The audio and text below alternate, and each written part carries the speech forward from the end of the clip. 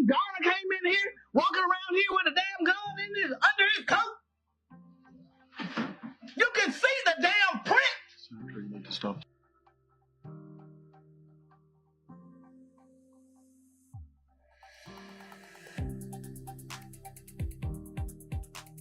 Everyone, this is Kennedy. Welcome again to Viral. Man, oh man, glad you're here. Thank you all for watching. First things first, join in that conversation using the hashtag viral here on Connect, where we talk about in the opening intro. Who is Stephanie Flowers and why is she making so much noise? Well, we talked about who is she and why did she got loose in the state legislation about racism. Watch and see how Stephanie Flowers became a viral sensation. It doesn't take much to look on the local news every night and see how many black kids, black boys, black men are being killed with these stand your ground defenses that these people raised, and they get off.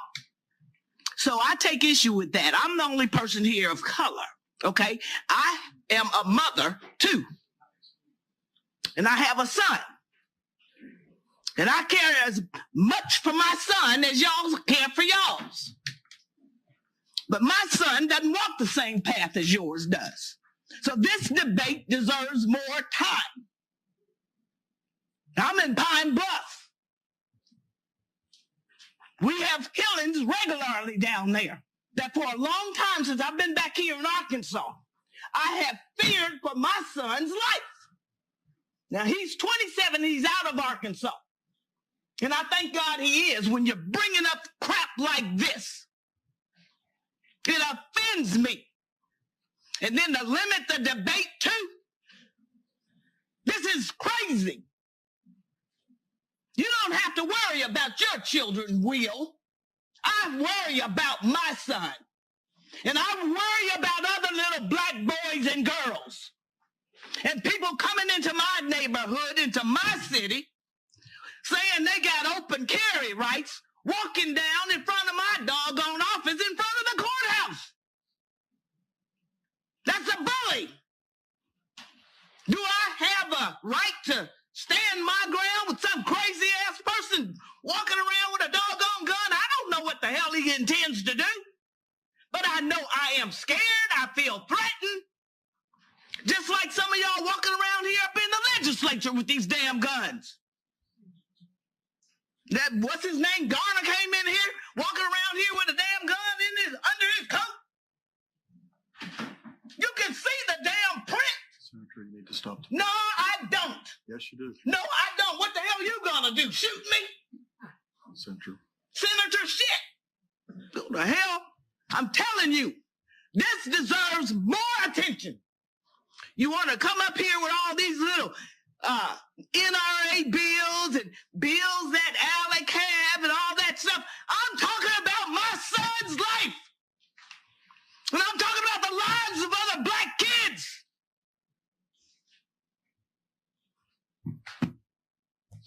Do what the hell you want to do. Go ahead, but you can't silence me. You got your damn silence gun out the damn chamber today, but you are not going to silence me. As you saw right there, Stephanie Flowers made it loud and clear to her fellow state legislators about, how could they be so concerned and worried about their kids and their protection and safety. And Stephanie Flowers said the same thing about, well, you don't care about other minorities' kids as well. You care about your own. And Stephanie Flowers made it crystal clear that she's a woman to be reckoned with.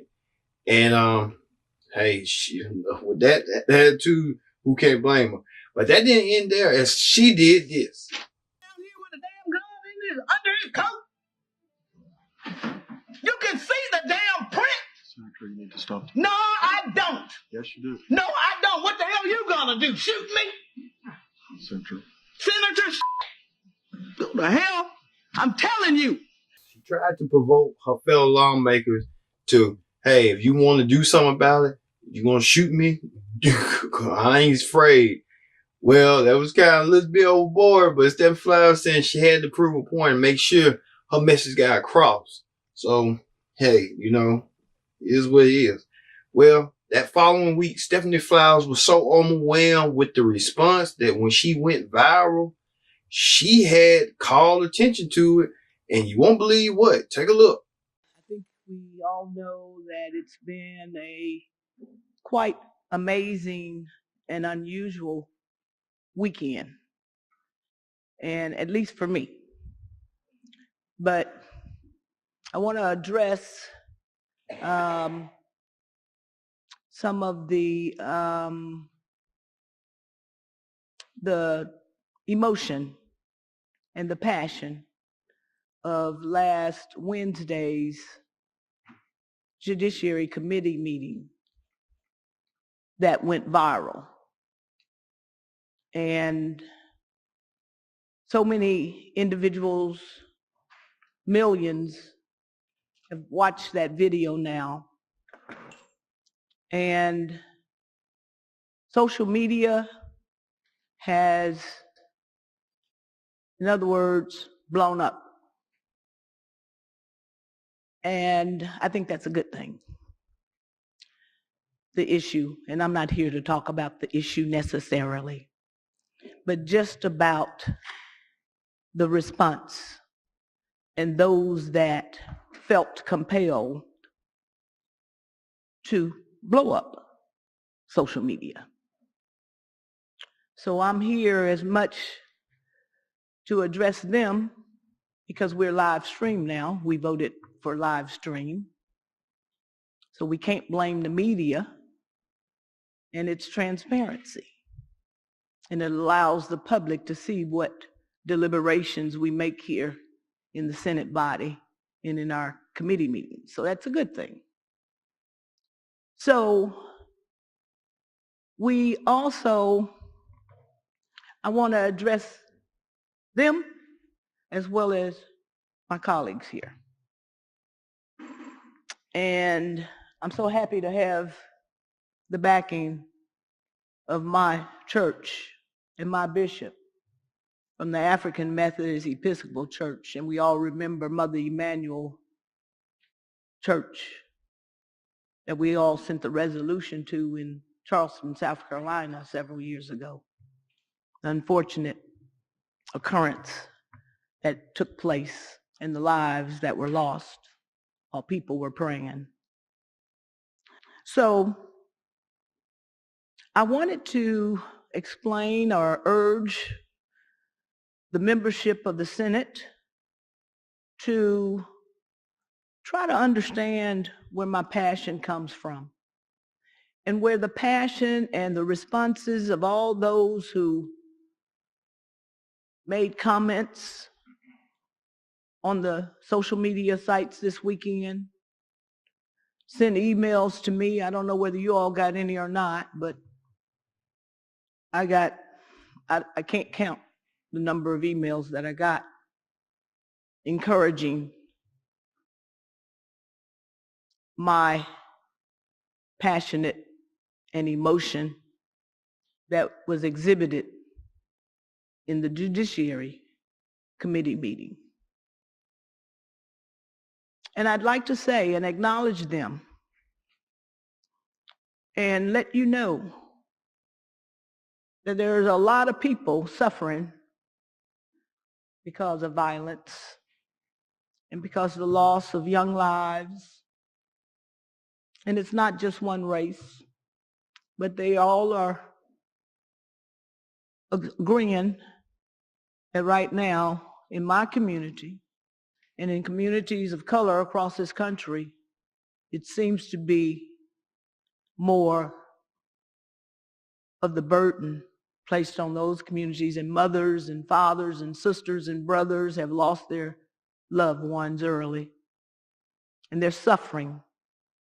And I can't tell you how much it moved me to listen to the phone calls that individuals, moms, dads, young people, old people, gun owners, teachers, Republicans, Democrats, independents, all made, and so many you could tell were hard to get their message out because of the sobs. And you can't hear a tear, but I could feel their tears and their heartbrokenness. And I want to acknowledge them because they were all from all over this country, from all the southern states. Not one southern state was left out. Florida, North Carolina, South Carolina, Georgia, Alabama, Louisiana, Mississippi, Arkansas,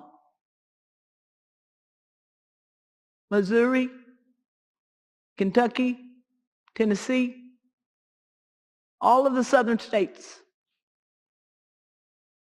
had people to call me and leave messages and thank me and let me know that I spoke what was in their heart and something that they really desired they could bring out and speak. And they were glad to have and see somebody to speak what they could not speak and to express it the way they could not express it. So I don't apologize for my expression and my passion and my emotion, because I too feel deeply, having lost a sister in 1969 on a college campus. You heard about that back in 2017, so I won't relive that with you. I don't need to relive it. But I want you to know that in my heart, I'm a Christian. Christ is in my heart. I don't consider myself a leader. I'm a follower. I'm a follower of Christ Jesus. So I follow him. And my outburst and the words I used, God will judge me. And I'll accept his judgment. But I hope he's well pleased. Thank you.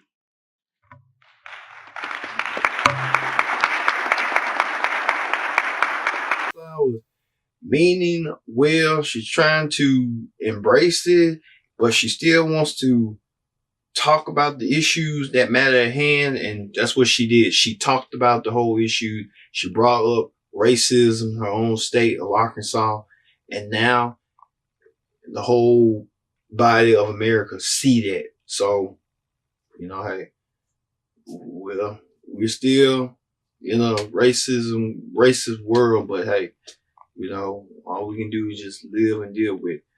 Well, I've been Kendrick saying so long, and we'll see you next time here on Live.